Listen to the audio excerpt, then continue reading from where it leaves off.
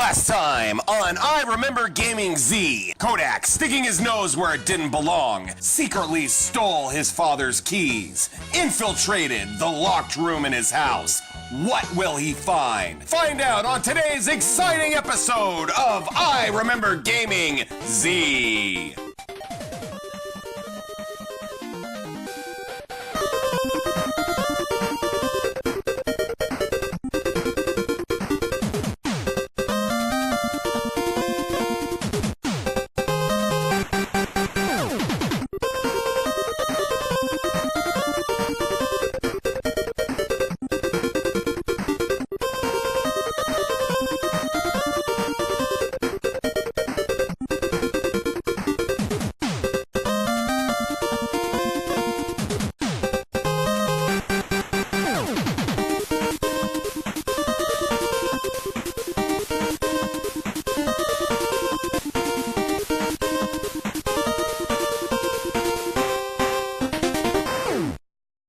I went to push myself up.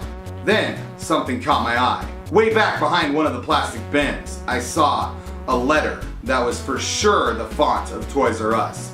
Well, after these messages, I Remember Gaming will be right back. Want some great entertainment this holiday? Head on down to Toys R Us. While you're there, you can check out the great new games coming from Nintendo. Mom, they make great stocking stuffers at the suggested price of $9.95 each. Hooray! 4 Mario games in one. Mario. So stop by your Nintendo dealer today. See these three guys right here? Who are they? Okay, if you don't know who that one is or that one is, how about that one? Do you know who that one is? Super Mario. Or that one is? How about that one? Do you know who that one is? Super Mario. Super Mario. Super Mario. Super Mario. Super Mario. Mario. Super Mario. Mario.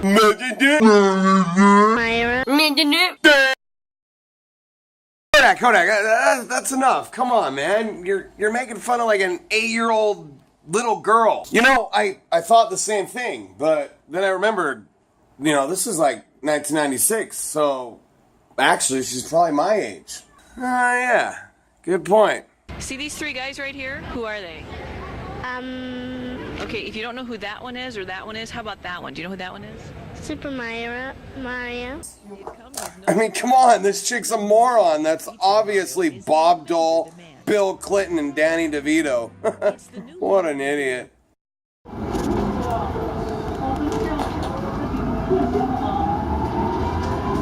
What happened?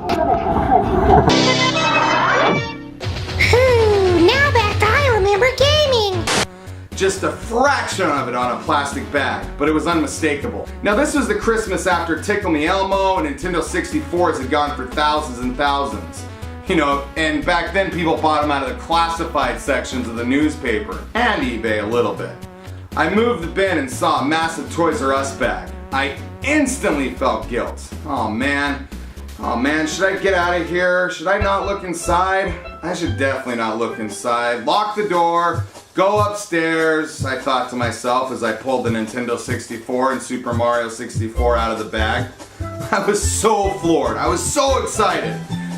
Then I thought I heard something. I quickly put everything back just as it was before I raced up the stairs, depositing the keys in the chair next to my sleeping papa. Knowing what I already was getting for Christmas, I began to strategize for maximum Christmas gain. Dude, Dad, JK, my buddy down the street just got Shadows of the Empire. That has got to be the game I want most for N64 this Christmas over anything, I said one morning. 2 days later, I pulled another lazy boy key heist after noticing my dad going into the room after work one night.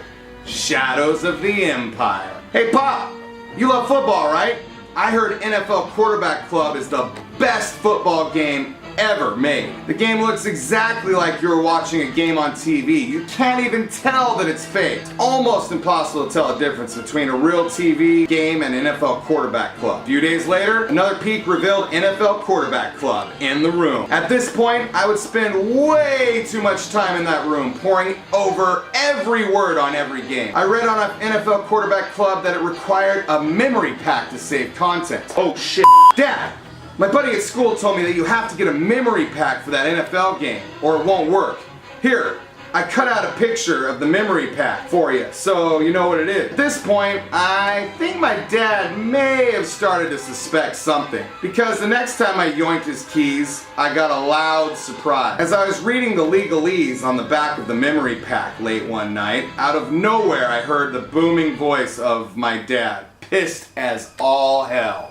Well, Merry Christmas, Mike. Just go ahead. Help yourself. Might as well just cancel Christmas. You can just have those presents. There, right now. That's it. No need to wait till Christmas if Mr. Mike thinks he could just help himself and just ruin Christmas for everybody. Just sneak into the rooms that aren't his, sneaking around like a jerk face. Yeah, my dad was a little angry at me that Christmas. And that Christmas was awkward. You know, opening those presents, my mom and dad just staring down at me, pissed off. I felt ashamed. I felt super bad. You know, my poor dad, I ruined the surprise completely. I remembered a lot of glares from my mom and dad on Christmas morning that day. But, you know, they subsided, and I felt so bad that I even let my dad play NFL quarterback club first, because I am such a gentleman.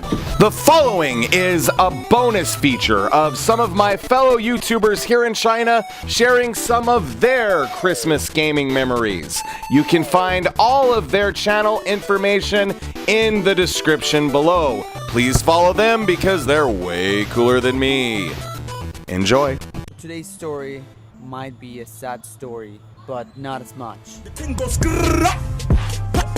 MAFAN crew. What up?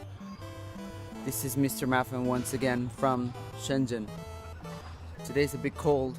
It doesn't mean the man's not hot, but it grants a jacket.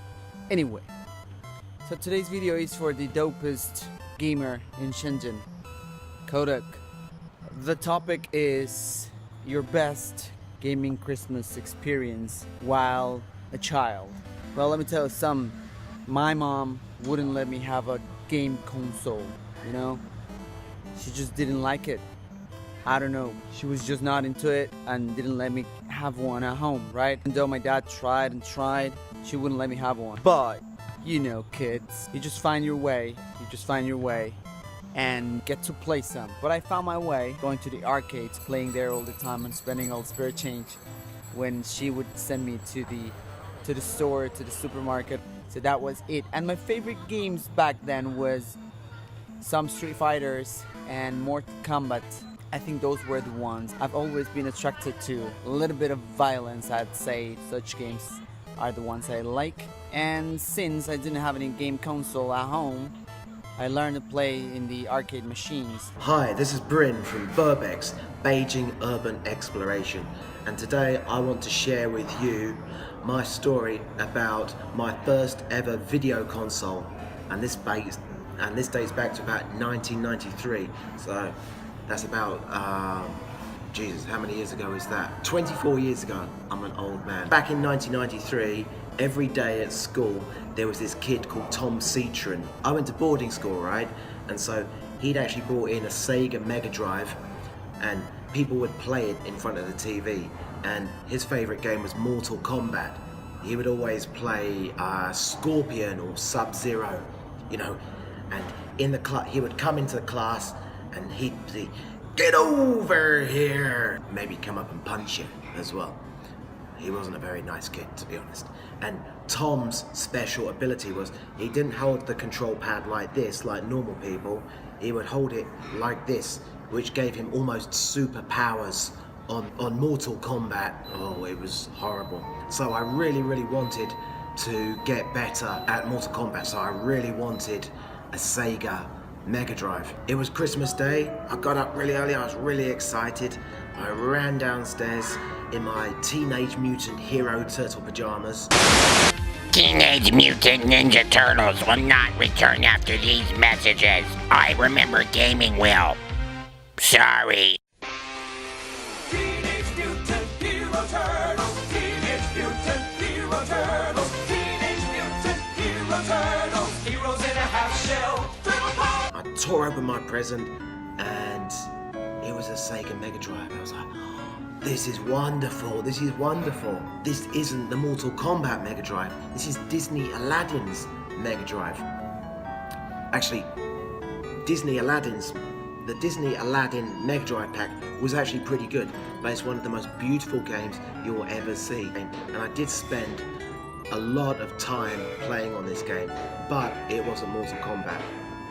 There were a couple of other budget games thrown in there as well, you know, for good measure. My mum and dad wanted to give me a good Christmas, I think. One of the games they threw was called Shaq Fu. This was a Shaquille O'Neal fighting game.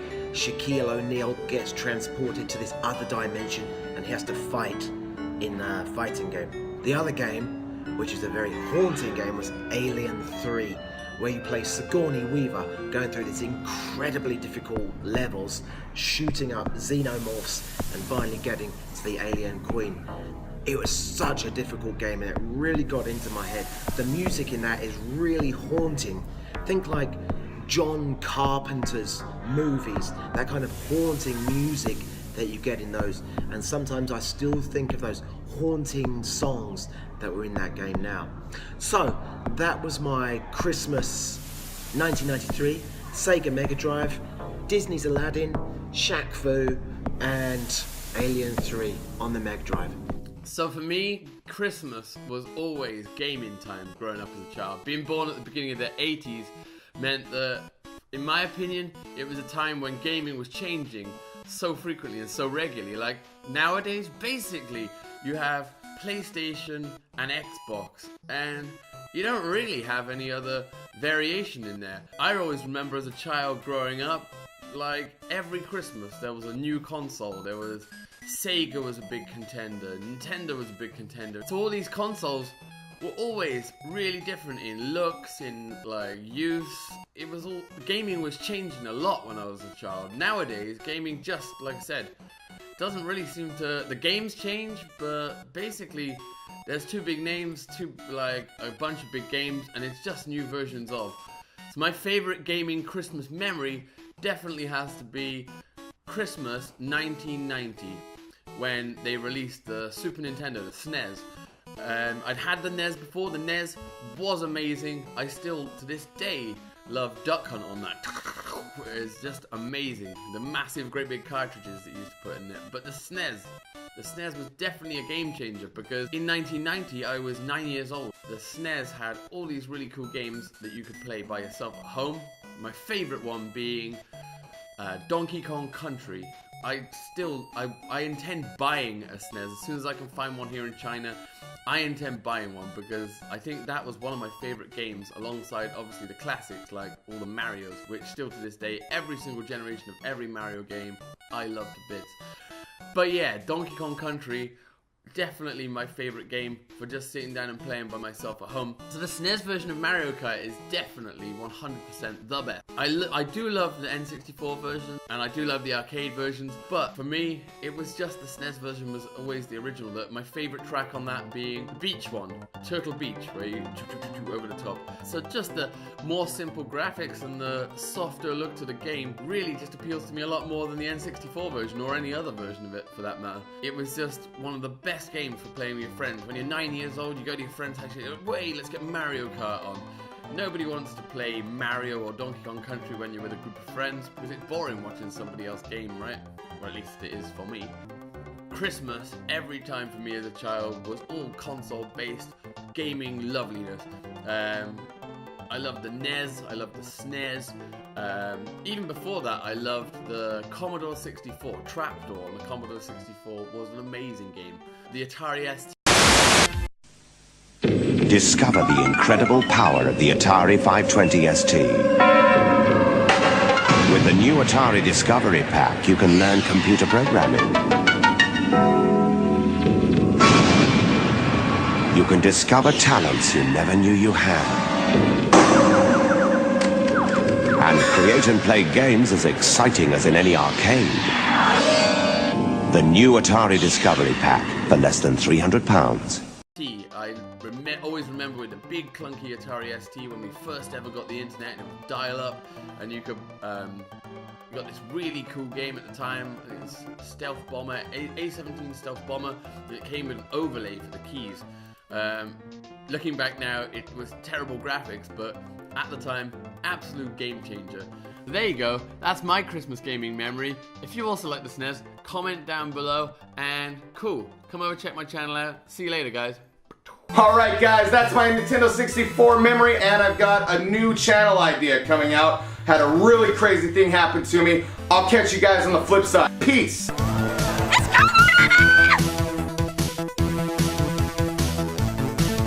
It's a Kodak moment.